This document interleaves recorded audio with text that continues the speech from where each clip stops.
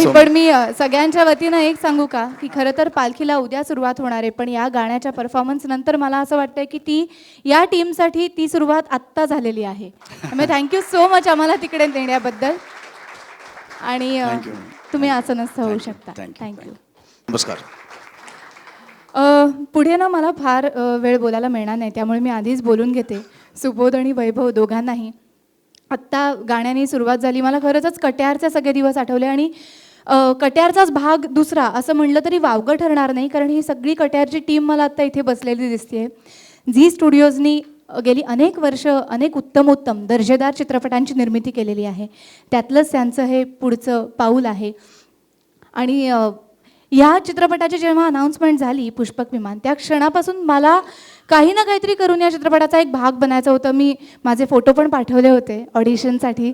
पण पण आज हा शो होस्ट करताना मला असं वाटतं की आज मी खऱ्या अर्थाने या चित्रपटाचा भाग बनले. त्यामुळे थँक्यू सो मच. आता सुबोध, तुझ्यासाठी प्रश्न आहे. कट्यारच्या मुळे तू दिग्दर्शनामध्ये पहिलं पाऊल टाकलंस. ह्या या पुष्पक विमानाच्या माध्यमातून आता तू लेखन आणि निर्मितीमध्ये सुद्धा येतो आहेस. अजून किती जणांच्या पोटावर पाय द्यायचे तुला? म्हणजे आणि हे सगळं सुचलं कसं? किती किती म्हणजे काय काय करणार आहेस अजून? सर्वप्रथम तुमच्या सगळ्यांचं स्वागत आणि इथे आलात त्याबद्दल मनपूर्वक धन्यवाद. तुम्ही या पोस्टरवरनं साधारणपणे अंदाज बांधला असेल, याचा पहिला टीजर रिलीज झाला त्याच्यावरनं अंदाज बांधला असेल की ही गोष्ट एका नात्यावरती भाष्य करू इच्छिते. आणि ते नातं आहे आपल्या सगळ्यांच्या आयुष्यातलं अत्यंत जवळचं नातं, ते म्हणजे आपल्या आजी आणि आजोबांचं नातं. आपले आजी आजोबा आपल्यासाठी आयुष्यभर धडपडत असतात. त्यांच्या नातवंडांची स्वप्न साकार व्हावीत म्हणून त्यांचं आयुष्य खऱ्या अर्थाने पणाला लावत असतात, खर्ची घालत असतात. आपण नातवंड आजी आजोबांचं स्वप्न साकार व्हावं म्हणून आपण काय करतो हे कुठेतरी एक डोक्यात होतं. याची गोष्ट सुचली ती मला माझ्या आजोबांवरनं. माझे आजोबा माझ्या खूप जवळचे होते, मी त्यांच्या खूप जवळचा होतो. अतिशय प्रेम केलं त्यांनी माझ्यावरती. लोकमान्य एक युगपुरुष हा माझा चित्रपट प्रदर्शित होण्याच्या 2 दिवस आधी माझ्या आजोबांचं निधन झालं. ते 96 वर्षांचे होते. आणि ती एक चुटपूट माझ्या मनाला कायमची लागून राहिली. मला लहानपणापासनं आपल्या सगळ्यांनाच आपल्या आजी आजोबांनी लहानपणापासनं गोष्टी सांगून झोपवलं आहे, आपले प्रत्येक लाड पूर्ण केलेत. आणि ती आजोबांची एक उणीव माझ्या आयुष्यात गेली 3 वर्ष मला सातत्याने छळती आहे. मी कधीही पुण्यातल्या माझ्या घरी गेलो, ते ज्या खोलीत झोपायचे त्या खोलीकडे मी बघितलं की मला खूप अस्वस्थ वाटतं अजूनही. मी त्यांना अजूनही विसरू शकलो नाही आहे. माझ्यासाठी ते जिवंतच आहेत. आणि गेल्याच वर्षी मी असंच एकदा घरी गेलो, त्यांच्या खोलीच्या बाहेर झोपलो आणि मला रात्री खूप अस्वस्थ वाटायला लागलं. मला झोपच येत नव्हती. मला लहानपणापासून आजोबांबरोबरचे घालवलेले सगळे प्रसंग माझ्या डोळ्यासमोर यायला लागले. आणि झोपल्यानंतर एक गोष्ट जी मी आत्ता सांगितली की आजोबांनी आणि आजींनी माझ्या प्रत्येक स्वप्नामध्ये त्यांचं स्वप्न असल्यासारखा पुढाकार घेतला. पण मी काय केलं त्यांचं नातू म्हणून, तर एक माझं बघितलेलं आजोबांविषयीचं किंवा आजीविषयीचं स्वप्न होतं की मला त्या दोघांनाही विमानातनं घेऊन जायचं होतं. जेव्हा घेऊन जायचं होतं ते चांगले होते, धडधडीत होते, तेव्हा माझ्याकडे पैसे नव्हते. आणि जेव्हा माझ्याकडे पैसे आले तेव्हा त्या दोघंही फिरण्याच्या अवस्थेत नव्हते. आणि ते स्वप्न माझं तसंच राहिलं. ते कुठेतरी माझ्या डोक्यात त्या दिवशी रात्री झोपताना हा एक विषय माझ्या डोक्यात घुसला. आणि मी सकाळी उठलो आणि पुष्पक विमान या नावासकट ती अख्खी गोष्टच माझ्या डोळ्यासमोर उभी राहिली. मला असं वाटलं की आजी आजोबांचं आणि नातवंडांचं इतकं पवित्र, इतकं एक रेशमी, इतकं अत्तरासारखं नातं आहे की त्याचा सुगंध सतत आपल्या आजूबाजूला दरवळत असतो. आणि जे जे सुदैवी आहेत की ज्यांना आजी आजोबांचं प्रेम मिळालं, त्यांचा सहवास मिळाला, आणि काही दुर्दैवी पण आहेत की ज्यांना आजी आजोबांचा सहवास मिळाला नाही. मला असं वाटतं की हा सिनेमा बघताना प्रत्येकाला आपले आजी आजोबा इतके आठवतील की तुम्ही पटकन त्यांना घेऊन जाल आणि एखादं त्यांचं स्वप्न पूर्ण कराल, असं काहीतरी मला वाटलं. आणि वाटलं की हे इतकं शाश्वत असं नातं आहे आपल्या आयुष्यातलं की जे खऱ्या अर्थाने घडवतं. आपले आजी आजोबा त्यांच्याच काळात असतात. म्हणजे मला आठवतं की मी गेल्या 4-5 वर्षापूर्वी घरी जायचो, त्यांना एखादी गोष्ट सांगितली की ते अजूनही माझ्या हातावर तेव्हा 10 रुपये ठेवायचे, कारण त्यांच्यासाठी 10 रुपये ते त्यांच्याच काळातले होते, 1930मधले. मी पहिली गाडी घेतली, त्यांना सांगितले की आजोबा मी गाडी घेतली आहे. मला म्हटले कितीला मिळाली? 1000 रुपये. म्हटलं अहो नाही, गाडीची किंमत आता खूप वाढली आहे.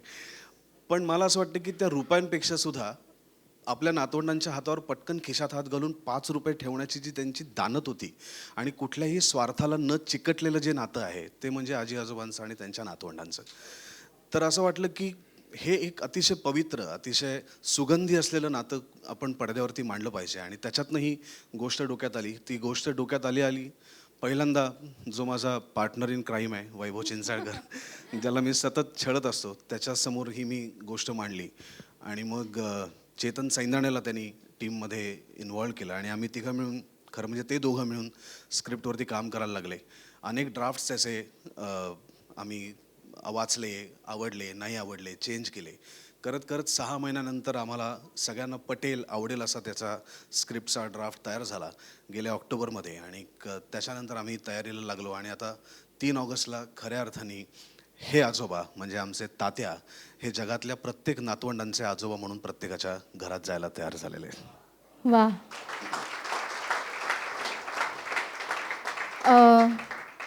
मी नेहमीसारखं असं नाही म्हणणार की सिनेमाबद्दलची उत्सुकता वाढली आहे, पण मी हे नक्की म्हणेन की कधी एकदा थिएटरमध्ये जाऊन ते नातं अनुभवतोय आणि त्या योगाने आमच्या आजी आजोबांना आठवतोय याची ओढ लागली आहे. 3 तारखेची वाट बघतोय. नक्कीच. मला आता असं वाटतं की तुझा पार्टनर इन क्राईम तिकडे उभा आहे, तर त्याला आपण मंचावरती नक्कीच. बोलवावं. मला खूप अभिमान वाटतोय आजच्या या क्षणाचा, कारण ज्याच्यासाठी हा त्याच्या आयुष्यातला पहिलाच चित्रपट आहे. पुष्पक विमान, ज्याचं स्वप्न उराशी बाळगून हा माझा मित्र गेली काही वर्ष सातत्याने धडपडतोय, निस्वार्थीपणे प्रत्येकाच्या मदतीला धावतोय, प्रत्येकाच्या आयुष्यात त्याच्या प्रोजेक्टमध्ये एक स्वतःचा हिस्सा बनवतोय. तो आमचा वैभव चिंचाळकर दिग्दर्शक म्हणून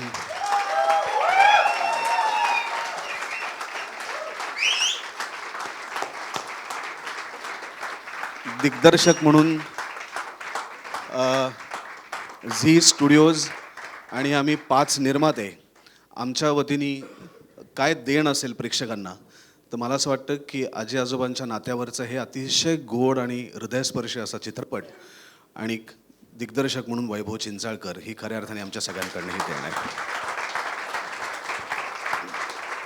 आणखीन एक सांगते की हा जितका उत्तम दिग्दर्शक आहे तितकाच उत्तम माणूस आहे आणि त्याच्यामुळे जेव्हा त्याचा पहिला सिनेमा रिलीज होणार आहे, वैभव तुझ्या इतकीच प्रत्येकाला उत्सुकता वाटते आणि तितकंच आनंदाने भरून सुद्धा येत आहे.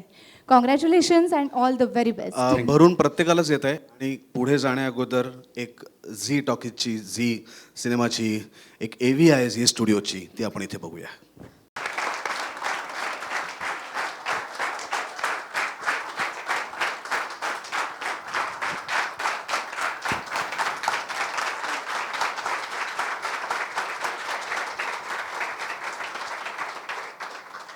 एक गंमत तुम्हाला वैभवशी सांगतो. हा कौतुक समारंभ नसला तरी आमच्या सगळ्यांसाठी तो कौतुक समारंभच आहे. कारण ह्या मुलांनी भरत जाधवच्या सही रे सहीमध्ये ते जे 5 भरत जाधव इकडून तिकडे विंगेत फिरतात त्याच्यातला एक हेल्मेट घातलेला भरत जाधव हा होता.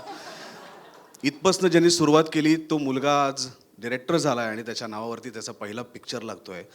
याच्यात आमच्या सगळ्यांनी इतका आनंद आज दुसऱ्या कोणालाही झाला नसेल.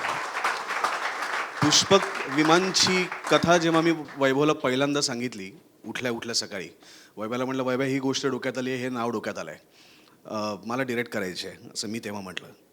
तो म्हटलं चल मी लिहितो. त्यांनी विचारही केला नाही, तो लिहायला लागला. आणि हे नंतर माझ्या लक्षात आलं की मी फक्त विचार करून थांबलो होतो, वैभवने तो रस्ता पुढपर्यंत खणून नेला होता.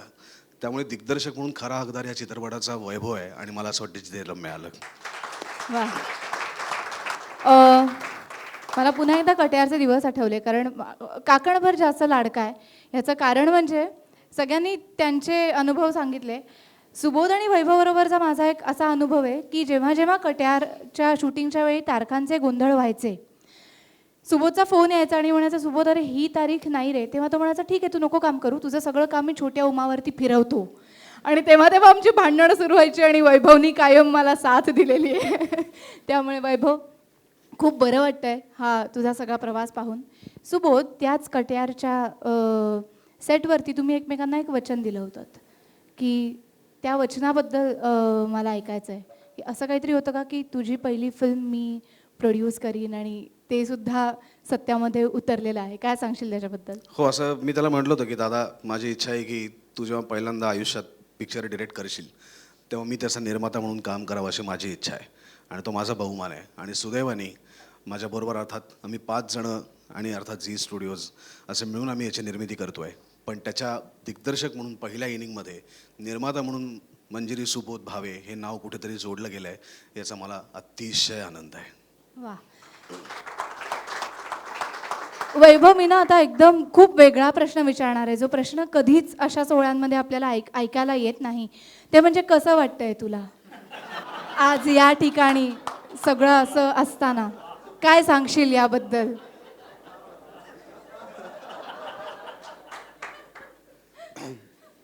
काय नाही, मी आत्तापर्यंतचं जे काय माझं वय आहे त्याच्यात मी मी कधी वारी अनुभवली नव्हती. मला वाटतं आजचा हा दिवस आणि हे तुम्ही सगळे, माझी वारी पूर्ण झाली. पांडुरंगाचं दर्शन झालं. वा. काय सांगू ते?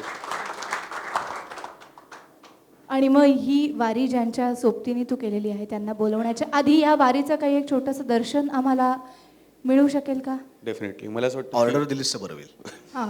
हा, ते जास्ती सोपं आहे, कारण एक फ्लो ठरलेला असतो आपण कुठल्याही शोच्या आधी, आणि मग त्याच्यात ही जी काही एव्ही येते गडबड होतो. म्हणजे काय माहिती, थँक्यू म्हणू झी स्टुडिओज, काय करू मला कळत नाही, पण माझं सगळं गणलंय आता. Trailer please. ते पोस्टर तुमच्यासमोर आहे, पुष्पकचं.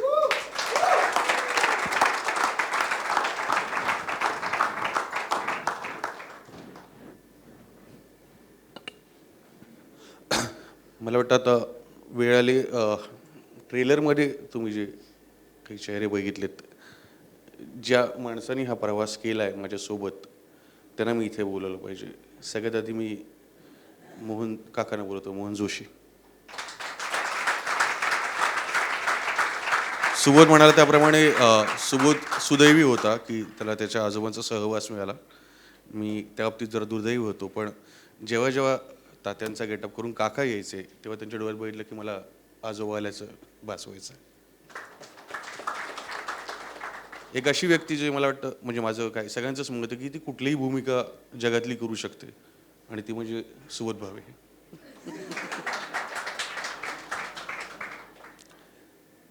या सिनेमाच्या निमित्ताने पहिल्यांदाच रुपेरी पडद्यावर येणारी, पण त्याआधीच खूप फेमस असलेली आमची गौरी किरण.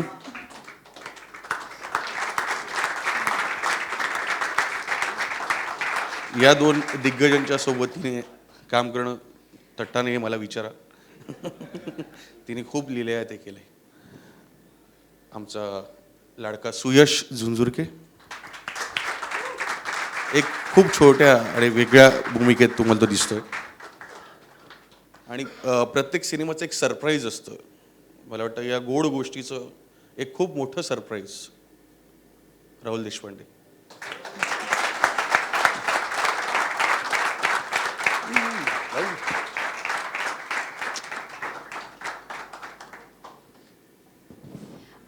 अर्थातच मला मोहन काकांना विचारायचं आहे किंवा त्यांच्याकडून जाणून घ्यायचं आहे, आत्तापर्यंत 600 सिनेमांमध्ये त्यांनी काम केलेलं आहे. ही छोटी गोष्ट नाही आहे. आणि त्याचबरोबर या सिनेमासाठी सलग 30 दिवस शूट होतं. मोहन काका, कसं काय सगळं एकंदर तुम्ही हे ते केलं? सुबोध भावेत जाणं. कारण मला 7ची शिफ्ट कधी मान्य नाही, 7 वाजताही काम करण्याची वेळ नाही. मी नेहमी सगळ्यांना म्हणतो, का 7 वाजता तुम्ही काम करा, मी येतो नंतर. पण हा 6 वाजताच माझ्या घरापाशी येऊन उभा राहायचा आणि मला गाडी घेऊन जायचा. तर मला असं वाटतं की सोबत भाव्यांमुळे मी हे करू शकलो, आणि खरोखरच 30 दिवस कसे गेले माझं मला पण कळलं नाही. मला खूप आनंद मिळाला, खूप समाधान मिळालं. दोघांचे धन्यवाद, वैभव चिंचाळकर आणि सुबोध भावे, धन्यवाद. सुबोध, तू काय सांगशील? मला असं वाटतं की मी आणि वैभव आम्ही दोघंही लकी आहोत, कारण माझ्या पहिल्या निर्मितीमध्ये आणि वैभवच्या पहिल्या दिग्दर्शनामध्ये मला असं वाटतं की मोहन काका फक्त मराठीतले नाहीत, मोहन काका भारतातले सर्वोत्कृष्ट अभिनेते आहेत. आणि हे मी सांगायची गरज नाही आहे, त्यांनी प्रत्येक त्यांच्या भूमिकेतनं स्वतःला सिद्ध केलं आहे आणि कुठल्याही प्रकारची भूमिका अतिशय लिलया पद्धतीने हाताळण्यात आणि त्या भूमिकेशी एकरूप होण्यात त्यांचा हात धरणारं दुसरं कोणी असं मला वाटत नाही. मला त्यांच्याबरोबर हा 10वा चित्रपट अभिनेता म्हणून त्यांच्याबरोबर स्क्रीन शेअर करता आली हा आनंद आहेच आहे. आणि तो म्हणतोय तसं मोहन काकाच्या काही पद्धती मला माहिती होत्या काम करण्याच्या. त्याच्या पलीकडे जाऊन त्याने मला स्पष्टपणे सांगितलं होतं की कुठल्याही चित्रपटाचं इतक्या सलग त्यांनी आयुष्यात कधी शूट केलं नाही. कायम त्यांनी प्रत्येक चित्रपटाचं 5 दिवस 6 दिवस कधी 10 दिवस एवढंच शूट केलं आहे. 29 दिवस त्याच माणसांबरोबर राहणं हे त्याच्यासाठी फार अवघड गोष्ट होती आणि त्याच्या सकाळच्या शिफ्टच्या गोष्टीही मला माहिती होत्या. पण तो म्हणला तसा मी सकाळी 6 वाजता, कारण निर्माता होतो मी कदाचित ॲक्टर असतो तर मी उशीर आलो असतो, पण मला वेळ घालून परवडणार नव्हतं, त्यामुळे मी 6 वाजता त्याच्याबरोबर असायचो. पण मला असं वाटतं शेर जब जंगल में आता है तर वो शेर ही होता है. तसा मोहन काका होता. तो एकदा सेटवरती आला की तो शेर असतो, तो सगळ्यांचा बाप असतो. आणि या सिनेमात तुम्ही जेव्हा त्याचं काम बघाल तेव्हा आपण सगळेजण त्याच्यावरती प्रेम करतो. या सिनेमानंतर आपण अजूनही त्याच्या प्रेमात पडू. इतकं सुंदर काम त्याने केलं आहे. गौरीनी पहिल्यांदा काम केलं आहे या सिनेमात, तिनेही फार सुंदर काम केलं आहे. एकतर वैभव म्हणला तसं तिचा वट इतका आहे की आम्हाला तिला घेण्या वाचून पर्याय नव्हता आणि ती कोकणातली वाटते आणि तिने तो ठसका पुरेपूर या सिनेमात उतरवला आहे. सुयशनी फार सुंदर काम केलं आणि आमच्या विमानातले सगळे प्रवासी तिथे समोर बसलेत. त्या सगळ्यांमुळे खरं तर सिनेमामध्ये एक एनर्जी आली आहे, एक जादू सिनेमामध्ये आली आहे. आणि जो माझा मित्र, आम्ही आता दोघंही एकमेकांच्या आयुष्याचे भाग आहोत, तो इतका सुंदर गायक असून सुद्धा या चित्रपटात त्याला गाणं दिलेलं नाही आहे. पण आमचे सगळे मित्र गात आहेत. शौनक गातोय, आनंद गातोय, जयतीर्थ गात आहेत. आणि हे सगळं असताना तो चिडला आणि तो सेटवरती आला. तो म्हणला ठीक आहे, गाणं नाही तर काम, असं म्हणून तो काम करायला लागला. आता तो कुठल्या भूमिकेत आहे हे तुम्हाला सिनेमा बघितल्यानंतर कळेल. पण एका गोड माणसाने केलेली एक अतिशय गोड भूमिका, एवढं मात्र मी नक्की सांगेन.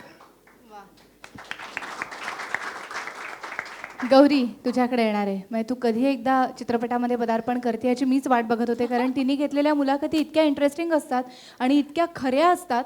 सो माझ्यासाठी ही पर्वणी असणार आहे तुला स्क्रीनवरती पाहण्याची. तुझा अनुभव कसा होता?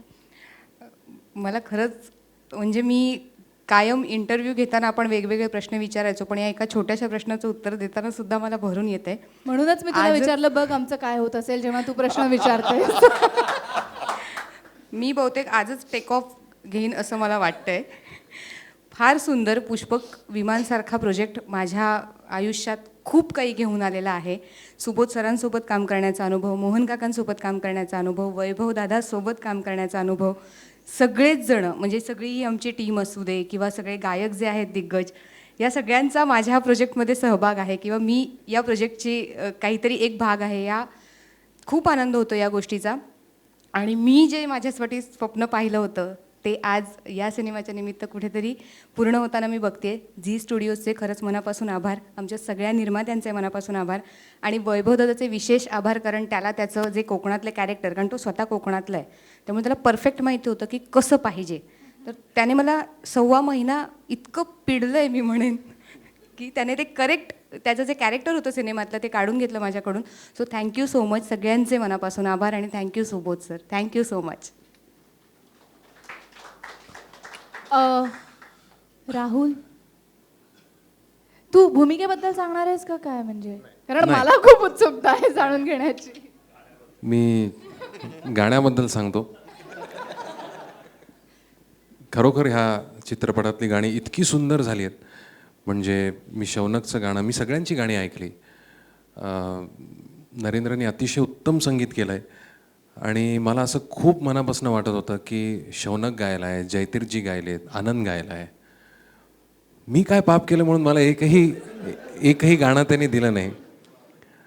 आणि म्हणून मी सुबोधकडे गेलो आणि मी त्याला सांगितलं ह्याला काय अर्थ आहे की आपण एवढं काम एकत्र केलं आहे आणि इतकं चांगला चित्रपट आहे, मला गाणं एक तरी ओळ द्यायला पाहिजे.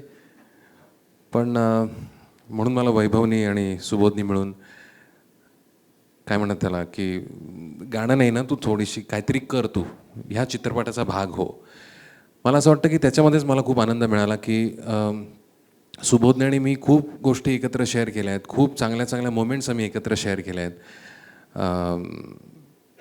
अतिशय इन्फॉर्मल असतील किंवा मग कट्यारच्या निमित्ताने असेल किंवा बालगंधर्वच्या निमित्ताने असेल, तर त्याची मी खूप वर्ष मी त्याचा तो प्रवास बघतोय आणि मला अतिशय मनापासून आनंद होतो की एक अभिनेता म्हणून असेल किंवा एक दिग्दर्शक म्हणून असेल आणि आता एक लेखक म्हणून आणि निर्माता म्हणून तो जे पदार्पण करतोय, माझ्या खूप खूप मनापासून त्याला शुभेच्छा आहेत आणि तो अजून खूप काही वेगळं त्याच्याकडनं अपेक्षित आहे आणि तो प्रत्येक वेळेला वेगळ्या फॉर्ममध्ये आपल्यासमोर येतो आणि तो तितकाच समर्थ पण येतो.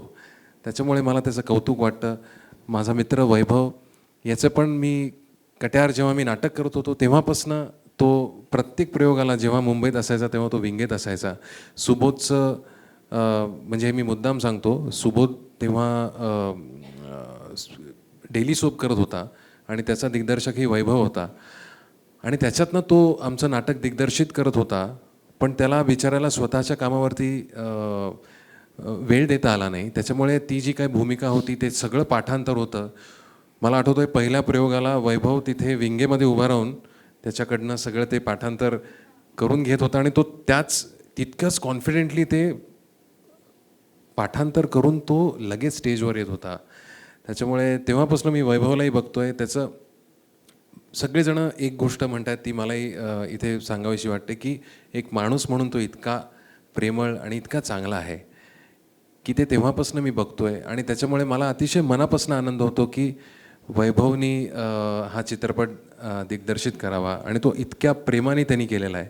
मला असं वाटतं की ही प्रामाणिकता जी सगळ्यांची आमची आहे ती तुमच्यापर्यंत नक्की पोहोचेल आणि तुम्हालाही तो प्रवास विमान प्रवास तितकाच गोड वाटेल अशी मी अपेक्षा व्यक्त करतो. धन्यवाद. वा. मला काय वाटतं माहिती आहे की सुबोध आणि वैभव यांनी गेल्या अनेक वर्षांमध्ये त्यांना सगळ्यात जास्त काय मिळालं असेल किंवा त्यांनी काय कमवलं असेल तर ती माणसं. याचं कारण म्हणजे त्यांनी कुठलाही प्रोजेक्ट अनाऊन्स केला तरीसुद्धा जगभरात जिथून कुठून जिथे कुठे ती सगळी माणसं असतील ती घरचं कार्य असल्यासारखी धावत येतात आणि काम नसेल तर मागतात. सो हे बऱ्याच जणांच्या नशिबात येत नाही, पण ते तुम्ही कमावलं आहे, तुम्ही डिझर्व करता आणि पुन्हा एकदा खूप खूप शुभेच्छा पुढच्या सगळ्या प्रवासासाठी. थँक्यू. आणि आता हां तेच मला वाटतं की आता ती माणसं मी इथे आमंत्रित केली पाहिजे जी आमच्या एका हाकेवरती आली आणि हा सगळा प्रवास घडू शकला. मी सगळ्यात आधी बोलवतो खूप सिनियर व्यक्तिमत्व ज्यांच्या कॅमेऱ्यातनं ही सगळी जादू झालेली आहे आणि काय म्हणतात ना एक गायडिंग फोर्स, महेश आणे सर प्लीज.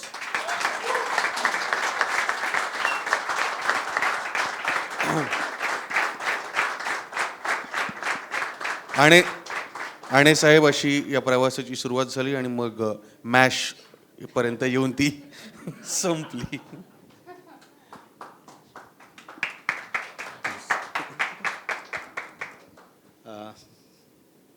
नमस्कार अँड थँक्यू. मला एवढंच सांगायचं आहे की मी खूप सिनेमे केले, खूप ॲडव्हर्टायझिंगच्या फिल्म्स केलेल्या आहेत. पण जेव्हा वैभव मला येऊन भेटला आणि त्यांनी मला स्क्रिप्टचं नरेशन दिलं, I thought this is something really fantastic आणि मला या प्रोजेक्टमध्ये काम करायचं होतं म्हणून मी आणि तिथेसुद्धा त्यांनी मला थोडीशी गोष्ट सांगितली आणि वाव दिस इज फॅन्टॅस्टिक. मला एवढंच सांगायचं आहे की इतके ह्या डायरेक्टरबरोबर काम करून वैभव जो आज माझा म्हणजे he is more than a director to me, he is my friend. आणि हे इतका थरो डायरेक्टर आहे, त्याचं होमवर्क इतकं छान होतं. मी लोकांना सांगायचं की रात्री मी त्याच्या तोंडावर पाणी मारलं आणि मी त्याला म्हणेल पेज 56 आणि तो डायलॉग म्हणून दाखवेल. Literally he knows and he knew the script inside out. म्हणजे तिथे ॲक्टर बोलायचं आणि माझ्या कानामध्ये उभं राहून ह्याचे डायलॉग चालायचे. He knew the script so well. जितकं त्यांनी काम केलं ह्याच्यावर it all comes out on the screen. So the honour is mine to be with this team and with all these wonderful people. आणि एकच एवढं मला सांगायचं होतं की सेटवर 2 आजोबा होते, मोहन सर आणि मी. थँक्यू. आता मी त्या जादूगाराला बोलवीन ज्याच्या जादूगुनी आपण अनेकांना अनेक वेगवेगळ्या रूपात बघितलं आहे. आणि मोहन काकांचा ज्यांनी तात्या केला ते आपल्या सगळ्यांचेच लाडके विक्रम गायकवाड सर.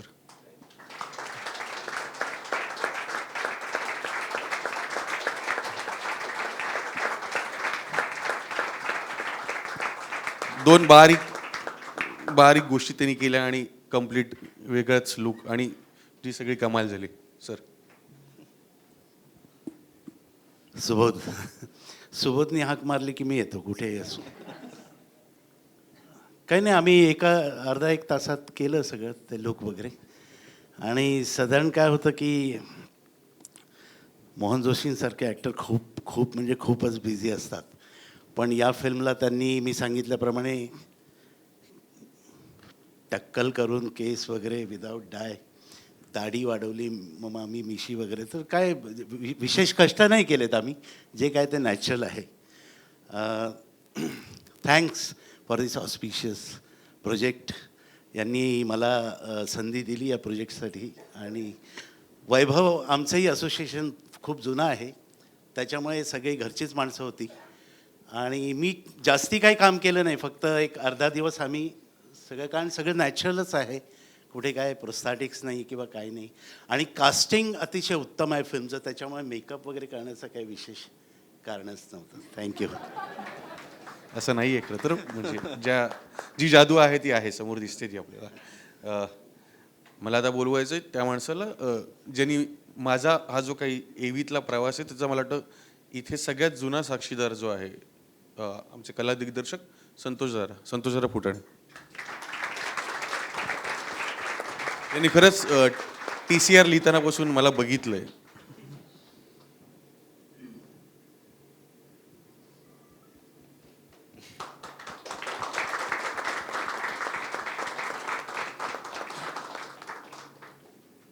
दादा काय बोलणारच? वैभवला मी खूप म्हणजे खूपच आधीपासून ओळखतो, जेव्हा तो TCR लिहायचा, आणि तेव्हापासूनची आमची मैत्री होती. आणि ज्यावेळेस त्यांनी मला या सिनेमासाठी विचारलं आणि मला स्टोरी ऐकवली, तर म्हणजे नाही म्हणण्याचा काही प्रश्नच नव्हता. आणि खरंच त्याचं जे स्ट्रगल आहे ते मी खूप जवळून बघितलेलं आहे. आणि माझ्या खूप खूप शुभेच्छा झाल्या या प्रोजेक्ट. थँक्यू.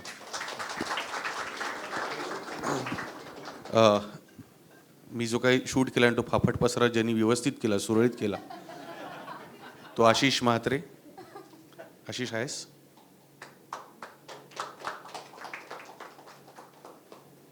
मला वाटतं तू नाही.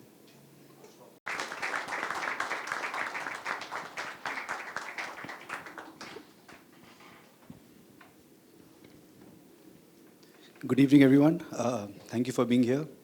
And the team has put a lot of hard work in this film, and we really hope you enjoy it when you see it on August 3rd. धन्यवाद. थोडा उशीर झाला सुरुवात व्हायला, पण तरी शांतपणे साथ दिल्याबद्दल पुन्हा एकदा धन्यवाद. उपस्थित सगळे मान्यवर आणि सचिनजी, थँक्यू फॉर कमिंग. एक आहेच की प्रेक्षकांच्या प्रेमाने आणि आपल्या सगळ्याच कलाकार आणि तंत्रज्ञ मंडळींच्या साथीमुळे ह्यापूर्वी आपण खूप उंच भराऱ्या मारलेल्या आहेत आणि बरीच मोठमोठी उड्डाणं केलेली आहेत. आता पुष्पक विमानाच्या निमित्तानं तात्यांची आपण एक सफर घडवून आणणार आहोत. त्या सफरीमध्ये प्रेक्षकांचा असाच प्रेमपूर्वक सहभाग असावा. ह्या निमित्ताने वैभव को पायलटचा पायलट होतो आहे. गौरी त्या साईडवरून या साईडला, म्हणजे एका अर्थी मीडियाची मुलगी आता सून होते. आणि वैभव एक सुबोध एक ॲक्टरमधून आता निर्माता ह्या प्रवासाला लागलेला आहे. तर आपल्या परीने आपण हा प्रयत्न करत आहोत. झी स्टुडिओज वेगवेगळे विषय हाताळण्याचा, समर्थपणे प्रेक्षकांपर्यंत पोहोचवण्याचा नेहमीच प्रयत्न करत आला आहे.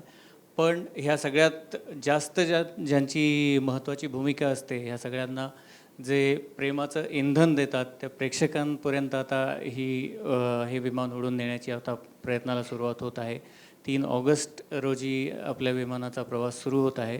त्यामुळे वारीसोबत सुरू होणारं हे उड्डाण असंच पुरेपूर चालत राहावं एवढीच प्रार्थना करून 2 शब्द संपवतो. धन्यवाद. वा, ते इतकं छान बोलले की जसं तुम्ही म्हणताय की आता को पायलटचा पायलट होतो तसं मला बिझनेस साईडबरोबर तुम्ही लेखक सुद्धा होणार आहात असं वाटलं. सुबोध, आता ज्यांच्यामुळे ह्या सगळ्या चित्रपटाची निर्मिती झाली त्यांना तू मंचावर बोलवावंस. निर्माता म्हणून माझा हा पहिलाच प्रयत्न आहे, पण मी फक्त निर्माता म्हणून माझं नाव घेत नाही आहे. तर आम्ही जनरली असं म्हणतात की मराठी लोक 5 एकत्र राहू शकत नाही, पण हा त्याला अपवाद आहे. आम्ही 5 निर्मात्यांनी एकत्र येऊन इतका सुंदर चित्रपट तयार केला आहे. मी त्या सगळ्या माझ्या बरोबरच्या निर्मात्यांना वरती बोलवतो.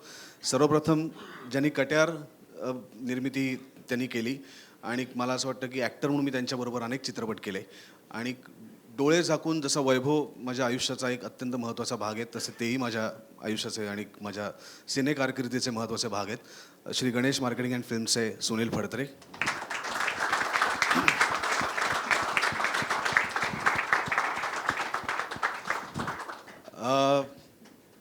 आम्ही जेव्हा पार्टनरच्या शोधात होतो आणि तेव्हा त्यांनी मला मेसेज केला आपणहून आणि मला सांगितलं की त्यांनी गाणी ऐकली रेकॉर्ड होत असताना आणि मला त्यांनी सांगितलं की ह्या सिनेमाचा भाग व्हायला मला आवडेल.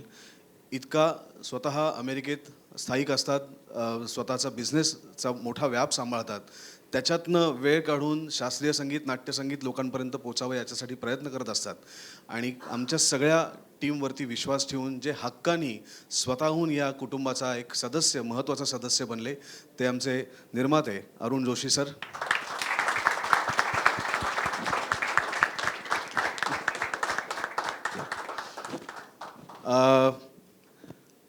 आमच्याबरोबरच वर्षा पाटील या देखील आमच्या निर्मात्या आहेत, ज्या सांगलीवरनं इथे येऊ शकलेल्या नाही आहेत.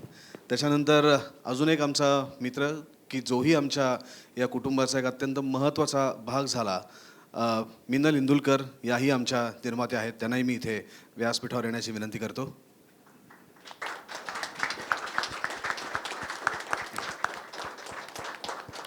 मिनल या. आणि जनरली घरामध्ये नवरा बायको असतील तर घरचं सगळं काम बायकोच बघत असते. तर निर्माता म्हणून मी नाही आहे, तुम्ही बघितलं असेल तर मंजिरी सुबोध भावे या निर्मात्या आहेत. मी त्यांच्या वतीने फक्त प्रवक्त्याचं काम करतोय. तर निर्मात्या मंजिरी सुबोध भावे. ह्या प्रोजेक्टचा भाग मिळाला घ्यायला खूप आनंद झाला. मी ॲक्च्युली नरेंद्र सरांबरोबर पार्टनर आहे डॉन स्टुडिओमध्ये आणि तेव्हा मी माझी एक संस्था आहे रागा नेक्स्टमध्ये. तिथे अर्थात हे सगळे गायक जे आपण ऐकतो आहे त्यांच्यातर्फे रेकॉर्डिंग झालेलं आहे आणि हे रेकॉर्डिंग ह्या सिनेमाचं होत असताना माझ्या लक्षात आलं की मला सुबोधला खरोखर भेटायला आवडेल आणि मी जाऊन भेटलो आणि मला तेव्हा त्यांनी जे स्क्रिप्ट सांगितलं तेव्हाच मला माझ्या आजोबांची आठवण झाली. म्हणजे माझ्या आजोबांचं बोट धरून मी जी पहिली वर्ष घालवली आहेत आणि त्यांच्याकडनं ज्या गोष्टी ऐकल्या आहेत आणि ते जे प्रेम असतं आजोबांचं ते ह्या सिनेमात आहे अक्षरशः. त्या दृष्टिकोनातून मी ठरवलं की मग फायनान्सिंग करायचं म्हणून आणि आय एम रिअली हॅपी की that has happen.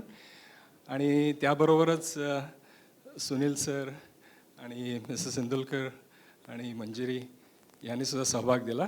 It is going to be a really nice film and hope all of you enjoy this. Thank you very much.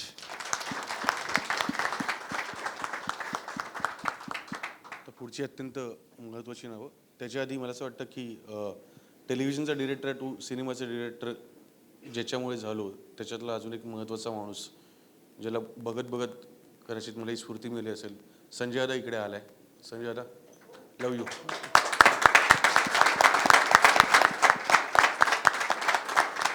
मला विचाराल पुष्पक विमान काय, तर पुष्पक विमान स्वप्न बघायला वय लागत नाही असं सांगणारी ही एक अभंग गाथा आहे किंवा सांगीतिक गाथा आहे आणि त्यामुळेच मला वाटतं की आता त्या लोकांना बोलवायला पाहिजे जे आजच्या समारंभाचे मानकरी आहेत. संगीतकार नरेंद्र भिडे,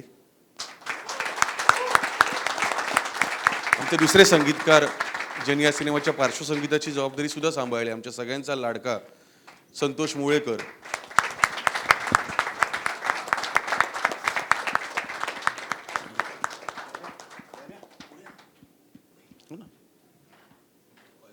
संतोष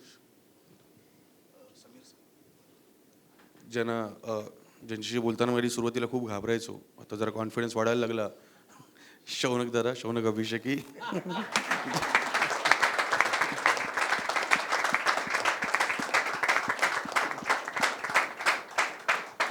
साधारण 9 तास माणूस एकाच ठिकाणी उभं राहून कसं रेकॉर्डिंग करू शकतो याचं मला ज्याला बघून असं एक दडपण आलं. जयतीर्थ मेवुंडी सर. आणि आजोबा आणि नातवाची गोष्ट आहे. सो या सोहळ्याला एक विशेष उपस्थिती आहे. मोहन काकांच्या सासूबाई आजी आल्या तिकडे, त्यांच्या हस्ते ते व्हावं. कोपरकर आहे.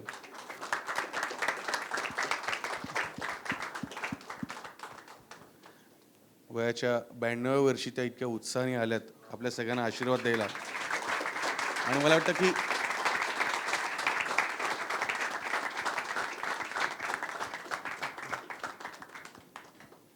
मी संजय दादाला पुन्हा एकदा मंचावर येण्याची विनंती करते, कारण तुझं इकडे असणं आमच्या सगळ्यांसाठीच महत्त्वाचं आहे आणि तुझ्यासाठी हा क्षण किती महत्त्वाचा आहे हे आम्ही सगळेजण जाणतो.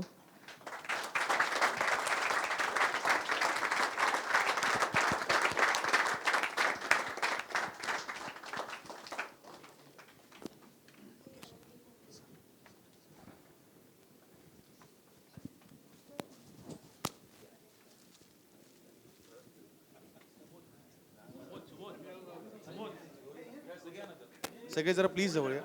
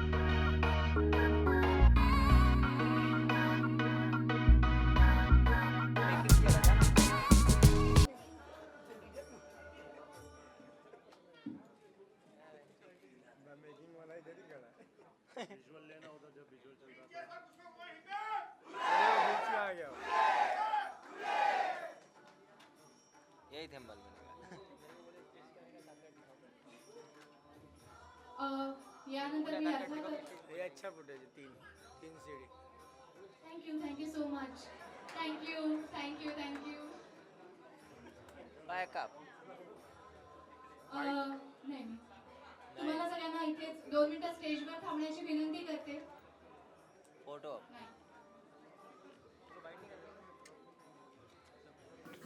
या विमानाला प्रोड्युसर पण असतो हे मला पहिल्यांदा कळलं. पण याहून कितीतरी पटीनं थिएटर्स खचाखच भरणार आहेत या चित्रपटामुळे. मला फक्त एक छोटंसं उदाहरण द्यावंसं वाटतं सुबोध आणि वैभवच्या मैत्रीबद्दलचं, की त्या दोघांची मैत्री मी कट्यारपासनं अनुभवतोय. आणि आज त्यांची ती मैत्री पुन्हा एकदा इथे पाहताना मला 2 मित्र आठवले जे भारताची फाळणी होण्याच्या आधी प्रभात फिल्म कंपनीमध्ये नोकरीला होते. एक ॲक्टर म्हणून नोकरीला होता आणि दुसरा कोरिओग्राफर म्हणून नोकरीला होता.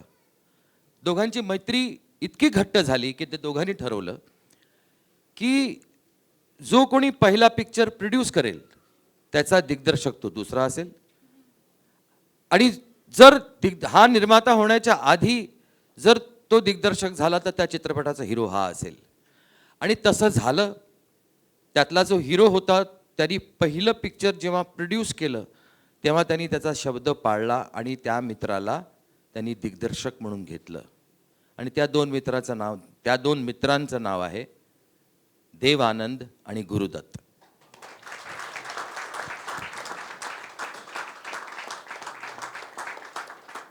इतक्या काळानंतर पुन्हा एकदा ही घडलेली गोष्ट मी आज अनुभवतोय. आणि ती गोष्ट मला अनुभवता नाही आली कारण तेव्हा माझा जन्म नव्हता झाला. पण आज मला ती अनुभवता आलेली आहे. त्याबद्दल मी परमेश्वराचा आभारी आहे. माझ्या मनापासून सदिच्छा, शुभेच्छा. वयाने लहान आहेस तू म्हणून शुभ आशीर्वाद सुद्धा. वैभव, तुझं काम मी पाहत आलेलो आहे. तुझ्या बरोबर मी काम केलेलं आहे. खूप मेहनती तू आहेस. तू मेहनत नेहमीच करत आलेला आहेस. सर्व साक्षी आहेत. पण मी तुम्हाला सांगू इच्छितो की हे सर्व करताना त्यांनी ह्या सगळ्या गोष्टी सेल्फलेसली केलेल्या आहेत, कुठलीही अपेक्षा न ठेवता. आणि त्याचमुळे मला असं वाटतं की तुला हा दिवस दिसतोय वैभव. आणि असेच तुला आता अजून दिवस जाणार आहेत. म्हणजे नाही, माझा म्हणण्याचा अर्थ असा होता की तुला अजून असेच दिवस पाहायला मिळणार आहेत. हां. आणि एक दिग्दर्शक म्हणून तू यावर्षी जी सुरुवात केली आहेस तसंच यावर्षी तुझं लग्नही व्हावं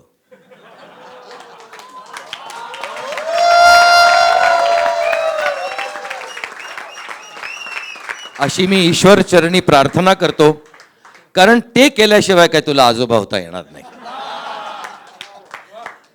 तर त्यामुळे माझ्या सदिच्छा, शुभेच्छा आणि लहानांना शुभाशीर्वाद. थँक्यू. Yes, thank you sir. आता एक फोटोसाठी आपण थांबूया.